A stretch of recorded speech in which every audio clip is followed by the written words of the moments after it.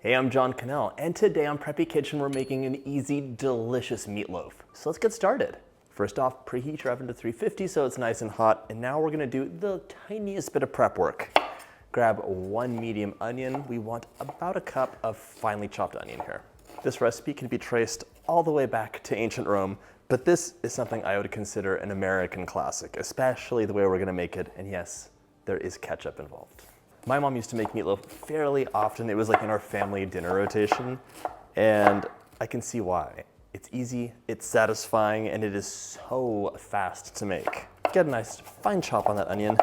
I also have 3 cloves of garlic here. You could mince these. I'm just gonna use a garlic press because this is a quick and easy recipe, and that's the fastest thing to do.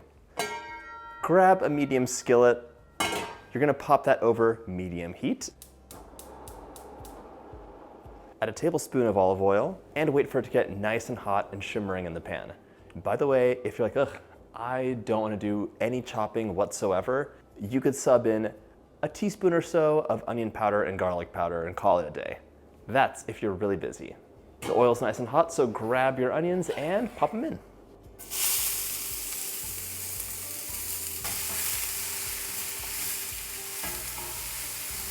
We're adding half a teaspoon of salt.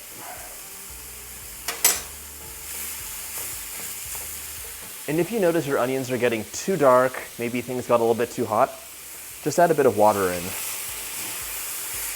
It'll deglaze the pan, and it'll also help steam the onions and cook them faster. That's a trick I do when I've been super busy in the kitchen or the kids are asking me questions and I come back and the onions are on the cusp of burning. Just add some water and it kind of reverses it, but helps them cook faster. By the way, if you like my videos, go ahead and hit that subscribe button. There's 2 new recipes and shorts every single week. It's been a few minutes. These onions are softened and taking on some color, so add the garlic in.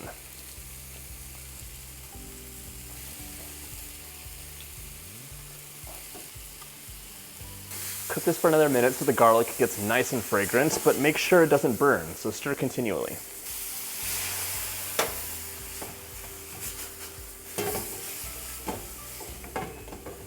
Took on some color, it's nice and softened, it smells delicious. I'm gonna take this off heat. Right now it's time to transfer this over into a large bowl. This needs to cool down until it's just warm, so spread it out into that bowl so it cools down really fast. It could take up to 15 minutes. You could pop this into the fridge if you're in a hurry.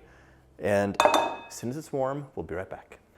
Once your onions have cooled down, and I did pop these into the fridge because nobody wants to wait around for nothing, we're gonna add in 2 pounds of ground beef, and this is a 90-10 mixture. I think it works best. To hold things together, 2 large eggs. It's funny, like this is very similar to how I make turkey patties. I don't think turkey meat tastes great, but my family really likes it, so I zazz it up with sauteed onions, garlic, lemon zest, some herbs, panko breadcrumbs, an egg. It's very similar. 1 teaspoon of salt, sprinkle that all over. 1/3 of a cup of milk. The milk really moistens things up, so don't skip it. You do not want a dry meatloaf, do you? Listen to that. Nice. 3/4 of a cup of panko breadcrumbs. I love these for the texture. And if you want to make this gluten-free, you could use a gluten-free panko.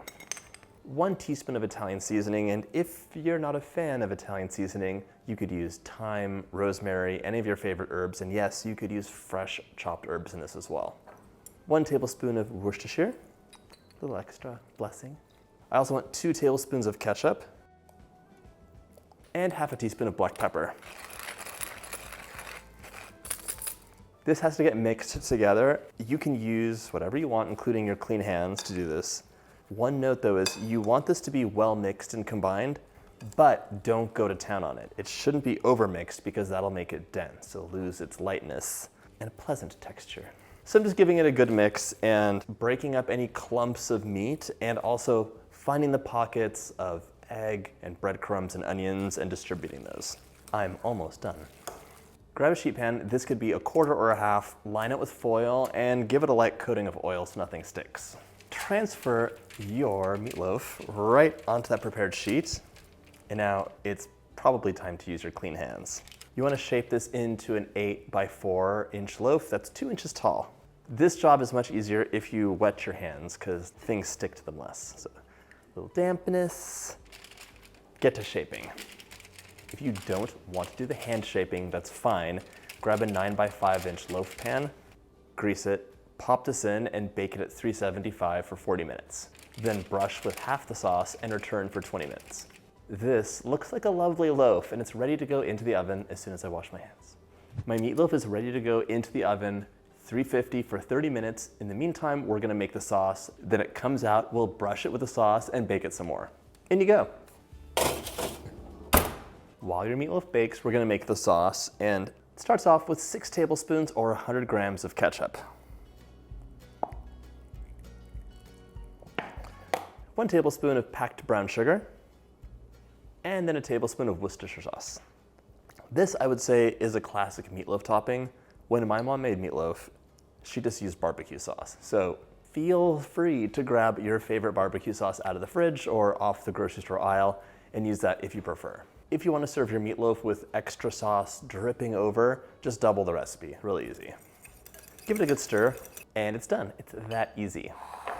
My meatloaf baked for 30 minutes, and now we're gonna grab half of the sauce and just brush that over the top and the sides, all over. This will protect your meatloaf from drying out and give it some more flavor. Feel free to add your favorite flavors to the sauce too. A teaspoon or so of onion powder, garlic powder. Use your favorites and make this your own. My meatloaf is ready to go back into the oven for 20 to 25 minutes or until the internal temp hits 160. In you go. Once out of the oven, transfer to a serving dish, garnish, and cover with the remaining sauce. Your meatloaf will last for 4 to 5 days in the fridge. Just wrap it tightly in plastic. Or you can freeze it for up to 3 months. Allow the meatloaf to rest for about 10 minutes before slicing, and just like that, it's ready to enjoy. It's light in texture, but still hearty, satisfying, filling, and it's a perfect vehicle for your favorite sauce. I hope you get a chance to make this recipe, and if you like my videos, hit that subscribe button and check out my Easy Dinner playlist.